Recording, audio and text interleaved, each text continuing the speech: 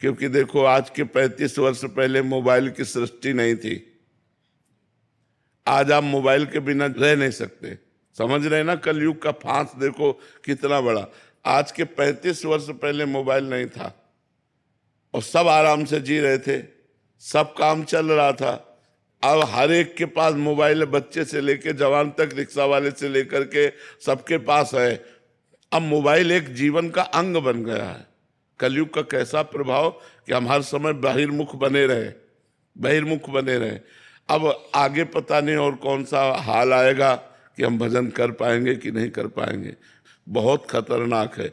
दृश्यों से बचने के लिए, संसार से बचने के लिए माई बाप परिवार सबको छोड़कर हम भगवान के मार्ग में आए। और मोबाइल हजारों से संबंध जोड़ देता है।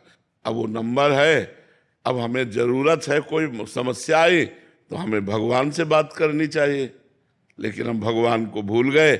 हम व्यक्ति को फोन लगाएंगे, गए हमारा साधुता कहाँ है? साधुता तो ये है कि हे भगवान, आपके सिवा हमारा कोई नहीं, मेरे तो गिरधर गोपाल दूसरो न कोई, प्रभु आपके सिवा कोई नहीं। आप देख लो, आप चाहे विपत्ति में डालो, चाहे आप खुशी दो, अब आपसे ही है। नाथ बचा लो, मैं आपकी। ये तो आया भक्ति। मान लो कोई पदाधिकारी, फोन नंबर ले लो हमारा, कभी काम, भैया हमें नहीं जरूरत है। आज तक की जिंदगी तुम्ही से थोड़ी चलती रही, जिससे चल रही वही चला रहा है, हमें कोई फोन नंबर। बहुत दूर रहे यंत्र, टीवी, फोन, ये सब। प्रभु जी, फोन ने तो इतना दूर कर दिया कि अब कहीं भी चार लोग अगर बैठे हो तो वो आपस में, सिर्फ आपस में, अगर परिवार के भी चार सदस्य बैठे हैं तो वो फोनों में लगे रहते हैं। आपस में बात करने की जो वार्ता, वो तो बिल्कुल ही खत्म हो गई। बिल्कुल बिल्कुल बिल्कुल। जड़ भरत जी की जैसी स्थिति हिरण की वजह से हुई, ऐसी फोन ठीक है, कहीं ना कहीं पतन का कारण बन रहा है। छोटे छोटे बच्चे, भाई बहन सब इन्हीं को देख देख करके बहुत ही पागलपन चढ़ा देता है। जैसे हम कोई दृश्य देखें ना तो उसका प्रभाव पड़ता है। अगर हम सत्वगुण दृश्य देखें, मोबाइल में कुछ अच्छाइयाँ भी हैं कि आप लोग बैठे हो मोबाइल की वजह से बैठे हो, नहीं आप प्रवचन सुने और आप आए।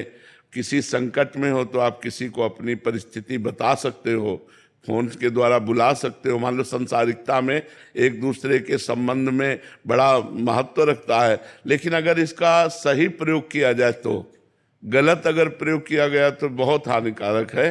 हर समय इसे नहीं प्रयोग करना चाहिए, इसका स्विच ऑफ भी कर देना चाहिए कि 2-4-6 घंटे जब हम भजन साधन पूजन में लगे तो स्विच ऑफ रखा है। 1-1.5 साल का बच्चा है तो माता पिता उसको, वो अपने मस्ती में रहे इसलिए उसको फोन दे देते हैं, और बहुत सारी नई बीमारियों का सृजन हो रहा है महाराज जी, कि उनको इतनी लत लग जाती है कि उनको पता ही नहीं, दुनिया उनकी एक अलग दुनिया बन जाती है फोन से।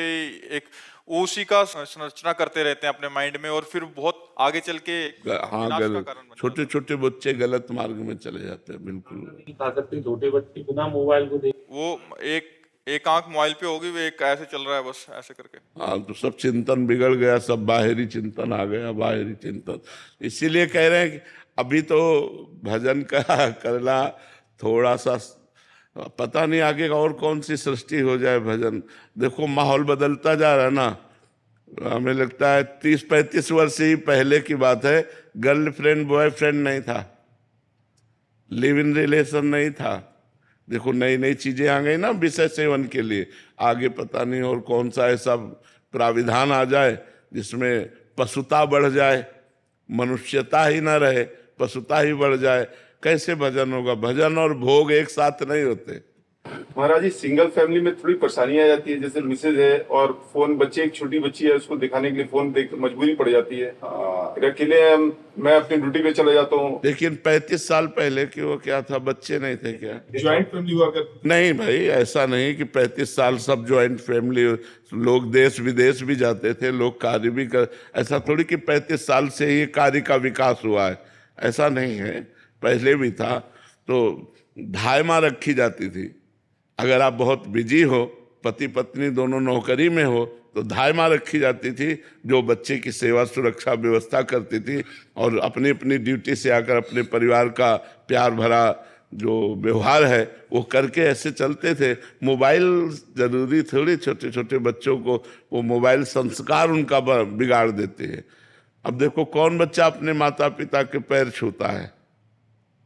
रोज सुबह उठकर धरती के पैर छूना, माता पिता के पैर छूना, भगवान का स्मरण करना, जो संस्कार हमें दिए गए थे बच्चेपन में वो आज भी है। भैया ने सिखाया था, माँ ने सिखाया था कि उठते कराग्रे वस्ते लक्ष्मी कर मध्य सरस्वती, और पृथ्वी के पैर छूना और बड़ों के पैर छूना। तो अब जैसे सुबह उठते हैं तो ये सब करके भगवान का स्मरण करके बड़े बड़े भक्तों को नमस्कार करते हैं, बड़े जो भक्त याद आते हैं सबको नमस्कार करके, हे भगवान हम आपकी शरण में, आज का दिन आपकी शरणागति से भरपूर जाए, कोई गलती न होने पावे, कोई दोष न होने, और ऐसी दिनचर्या। अब सुबह से मोबाइल में लगे हो, 9 बजे तक सो रहे हो, कोई भजन साधन नहीं, तो पशुता तो आएगी ही आएगी, मनुष्यता थोड़ी आएगी, पशुता ही आएगी। नौजवान बच्चे महाराज जी पूरी रात, अभी बच्चे आते रहते हैं, मिलते रहते हैं, तो महाराज जी 8-8 घंटे लगातार रील्स में निकल जाते हैं, 4-4 5-5 घंटे, और 2-2 से 3-3 4-4 बज कितना जाते हैं। समय बर्बाद हो रहा। अब ये पढ़ पाएंगे? भाई हमें पढ़ने के लिए भी एकाग्रता चाहिए। जैसे एक तपस्वी की एकाग्रता, ऐसे एक वैज्ञानिक की एकाग्रता, जैसे एक ब्रह्मचारी की एकाग्रता, ऐसे एक विद्यार्थी की एकाग्रता। विद्यार्थी एक तपस्यामय जीवन है, व्यसन रहित, व्यभिचार रहित, पवित्र चिंतन, पवित्र स्वभाव, तो विद्याध्ययन में आगे उन्नति होती है। अब छोटे छोटे बच्चे हुक्का पीने लगे, बहन बेटी सिगरेट पीने लगी, नशा करने लगी, तो ये बहुत हानिकारक हो रहा है समाज में, जो ये गलत संस्कार बढ़ रहे हैं। तो हमें लगता है इसी जन्म में भजन कर ले